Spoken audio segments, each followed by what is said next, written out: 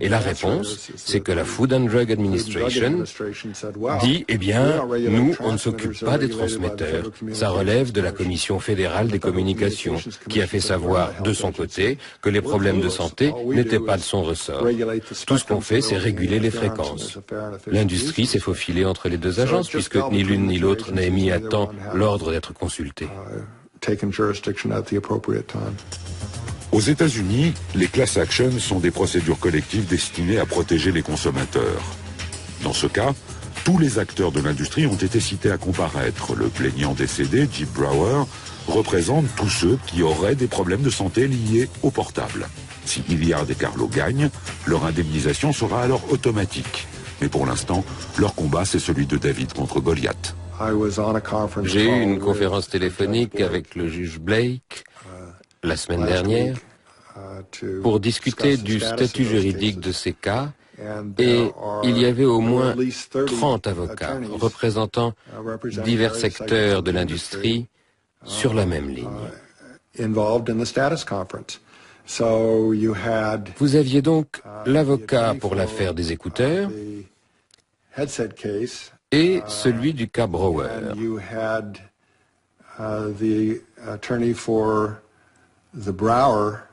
C'est-à-dire deux avocats contre 30. Et eux, évidemment, ils ont tous demandé des audiences complémentaires. Ça veut dire qu'ils vont tous se tenir les coudes jusqu'à la grande audience et que vous pouvez vous attendre à des tonnes de motions et à ce qu'ils mettent tant de poids et de puissance que ce sera très dur pour un petit cabinet de ne pas se faire écrabouiller. Aux États-Unis, l'industrie du portable réalise un chiffre d'affaires de plus de 100 milliards de dollars par an. Pratiquement un Américain sur deux possède un portable et la tendance est à la hausse. En face, les plaignants commencent à se regrouper. L'industrie ne sait pas encore qu'un collectif de plusieurs plaignants a engagé le même expert, George Carlo. Il a été pris suffisamment au sérieux pour que l'énorme bureau d'avocats Morgan Roth & Morgan Roth investissent 5 millions de dollars pour assurer la défense de 6 nouveaux plaignants, eux aussi atteints de tumeurs au cerveau. Pour ces avocats, le jugement des prud'hommes californiens est une excellente nouvelle. Elle se servait de son téléphone en posant l'antenne contre sa tête, là où la tumeur exactement s'est développée, et le fait est que cette tumeur s'est développée rapidement, au point que les docteurs Brad Brower et Black ont certifié qu'ils n'avaient jamais vu une tumeur accélérer aussi vite. Évidence, un cabinet aussi renommé que Morgan Roth & Morgan Roth n'investit jamais dans une cause perdue d'avance. C'est très important d'être capable de lever les fonds pour poursuivre, naturellement. Là, je ne pense pas que nous ayons un problème. Et puis, il y a le système ici. Je connais aussi le système européen, où le perdant est condamné aux frais et aux dépens. Mais ça n'est pas le cas ici. Donc, vous devez être financièrement solide pour être capable, disons, de poursuivre votre affaire jusqu'à son terme. Et vous devez savoir que vous l'êtes avant de prendre l'affaire, parce qu'il faut qu'en face, la défense se rende compte que vous en avez les moyens. S'ils sentent que vous êtes un peu réticent à aller jusqu'au bout, ou s'ils pensent, comme je le disais, que vous n'êtes pas assez en fond, que vous n'avez pas l'expertise ou la puissance de feu, alors ça devient une arme merveilleuse pour eux. Il faut donc bien comprendre que vous ne serez pas capable de persévérer si vous n'avez pas vous-même ces armes. Dans l'arsenal du cabinet Morgan Roth, George Carlo est une arme de choix. Scientifiquement, il connaît l'état de la recherche dans le monde. Et sa compétence juridique lui permet d'utiliser stratégiquement ses connaissances scientifiques. En 4 ans, les 6 cas de tumeurs au cerveau représentés par ce cabinet ont déjà passé plusieurs stades du système juridique américain sans qu'il y ait encore eu de jugement sur le fond.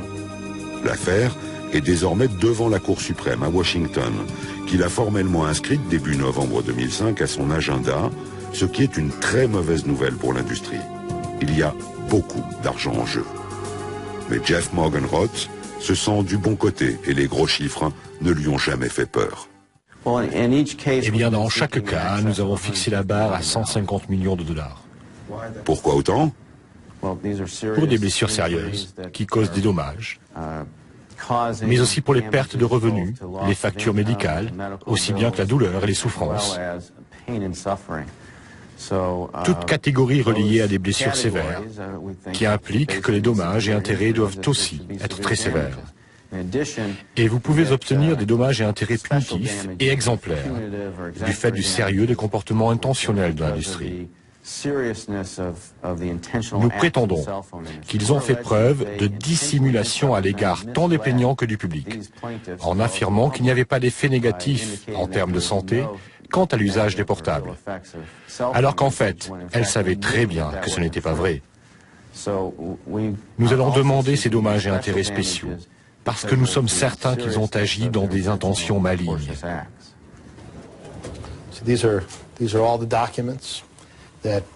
Voilà tous les documents accumulés depuis 1993 et on s'assure qu'ils sont conservés dans un endroit sûr. C'est important parce que tous ces documents seront vitaux dans la procédure à propos du comportement de certaines personnes. Et puis aussi, c'est important d'avoir une chronique précise de ce qui s'est passé ces 15 dernières années quant à cette importante affaire. Dans ces cartons ou dans ces bandes vidéo, il y a toute l'histoire et les raisons du divorce entre Carlo et ses commanditaires de l'industrie du téléphone.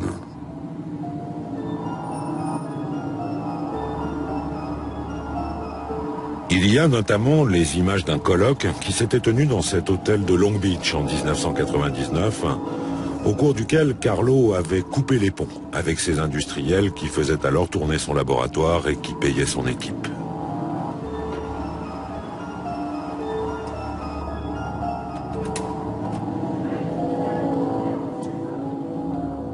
La salle n'a absolument pas changé.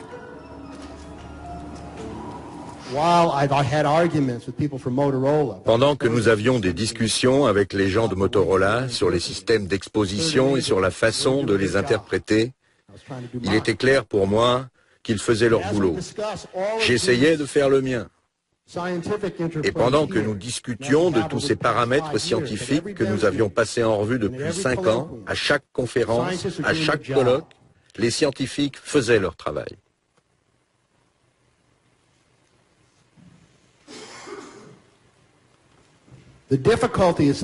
La difficulté, c'est que s'il est clair pour moi que tout le monde fait son boulot, il est également clair que les consommateurs ne sont pas protégés, ce qui me fait dire qu'il y a quelque chose qui ne marche pas dans notre système.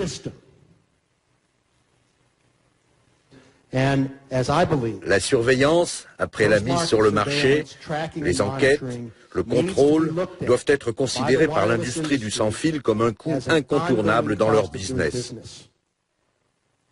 C'est le minimum pour protéger les consommateurs.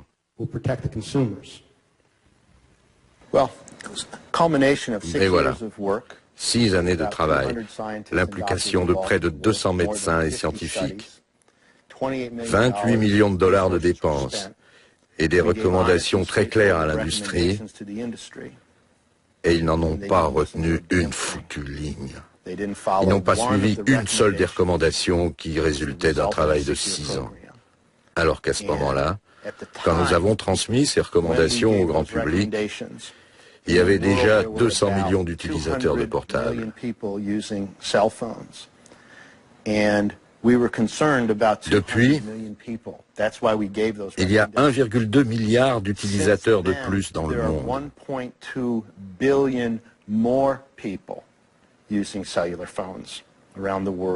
Bien que ces recommandations étaient destinées à aider et à prévenir des problèmes, elles étaient préventives. Et c'est le genre de choses que les responsables industriels devraient prendre en compte. Surveiller la technologie pour voir si des changements sont de nature à provoquer des dangers. Surveiller les gens qui utilisent cette technologie pour vérifier si oui ou non ils ont des problèmes de santé. Et si jamais un feu rouge s'allume, prendre des dispositions pour intervenir. Malheureusement, pas une seule de ces recommandations n'a été suivie et nous avons maintenant 1,4 milliard d'utilisateurs qui ne savent absolument pas à quelle sauce ils seront mangés. Aujourd'hui, dans ce grand hôtel californien, Carlo se sent un peu moins mal que lors de sa communication de 1999, accueilli dans un silence glacial. Il adore donner ses rendez-vous dans ce lieu symbolique pour lui, surtout quand il s'agit d'accueillir des personnalités scientifiques de haut niveau. Professeur Adolkoffer, c'est un plaisir de vous rencontrer.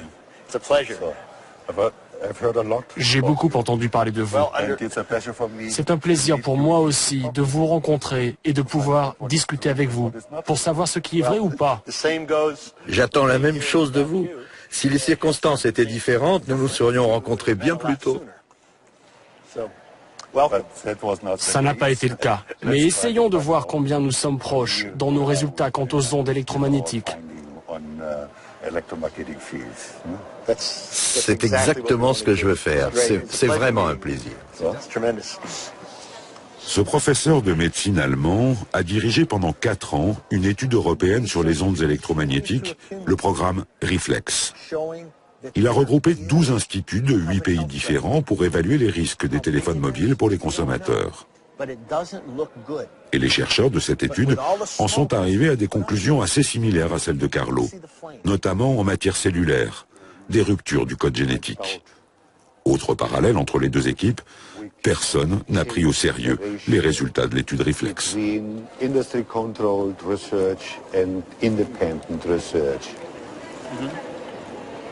Je pense que si nous n'arrivons pas à modifier le ratio entre recherche purement indépendante et recherche financée par l'industrie, on n'arrivera pas à grand-chose. Ça prendra encore 10 ou 15 ans. Et si nous n'avons pas de chance, si par malheur le problème ne peut plus être dissimulé parce que la période d'étude a été longue et qu'il est démontré que le taux de cancer du cerveau a augmenté, là, on aura l'air fin. Après cette expérience grandeur nature sur des millions d'utilisateurs sans que jamais les conséquences possibles aient été prises en compte. Ce serait une vraie catastrophe. C'est incroyable.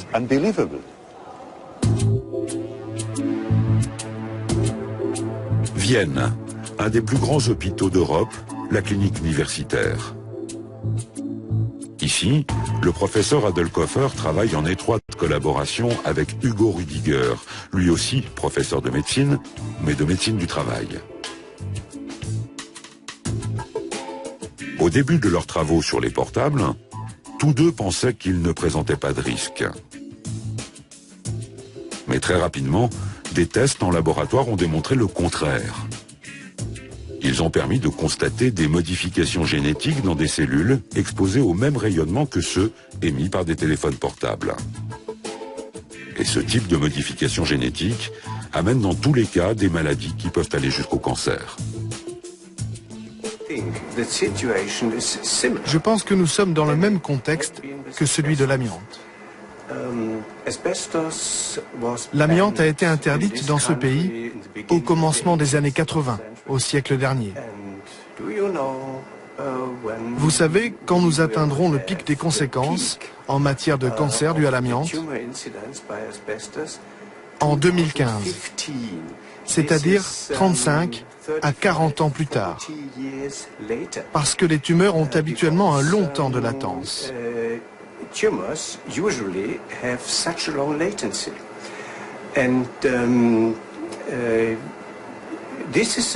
Voilà pourquoi nous pensons qu'il faut tirer la sonnette d'alarme maintenant. On ne peut pas attendre 40 ans de compter les morts pour constater que, ben oui, il y avait un danger. Il faut mettre en garde maintenant, tout de suite. Si on ne le fait pas, il faut craindre qu'il se produise la même chose avec les ondes électromagnétiques que ce qui s'est passé dans d'autres secteurs, comme le tabac, les rayons X ou l'amiante par exemple. Il y a eu beaucoup de mises en garde au début. Dans ces domaines-là, il y a presque 80 ou 100 ans. Mais elles n'ont pas été prises au sérieux. Les problèmes se sont